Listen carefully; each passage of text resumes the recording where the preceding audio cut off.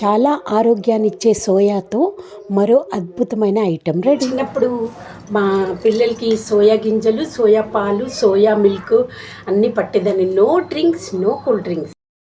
బాగా ఉడికించిన నీళ్ళలో ఈ సోయా బాల్స్ వేసి కొంచెం 2 నిమిషాలు బాగా ఉడికించేసి దాన్ని వడగట్టేసి చల్లారిన తర్వాత బాగా నీళ్లు పిండేసేయాలి. ఒక బూర్లు ముక్కడు తీసుకొని దాంట్లో నూనెసి జీలకర్ర, ఉల్లిపాయలు, టమాటాలు, అల్లం, మిర్చి, వెల్లుల్లిపాయలు పేస్ట్ వేసి బాగా వేయించేయాలి. అది కొంచెం మగ్గపెట్టిన తర్వాత దాన్ని తీసుకుని పేస్ట్ చేసేయాలి. ఇంతవరకు మీరు చూసారా లేదా?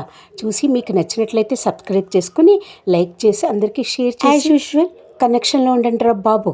మళ్ళీ వీడియోలోకి వచ్చేద్దాం. మీ టేస్ట్కు తగ్గట్టుగా అన్నీ వేసుకుని దాంట్లో సోయా గింజలు వేసే ముందు 1/2 స్పూను ధనియా పొడి, జీరా పొడి, మసాలా పొడి, పసుపు, ఉప్పు, కారం, మీకు బాగా తెలుసు ఏమేమి వేస్తే బాగా రుచి తెప్పిస్తామో అవన్నీ వేసేసుకోవాలి.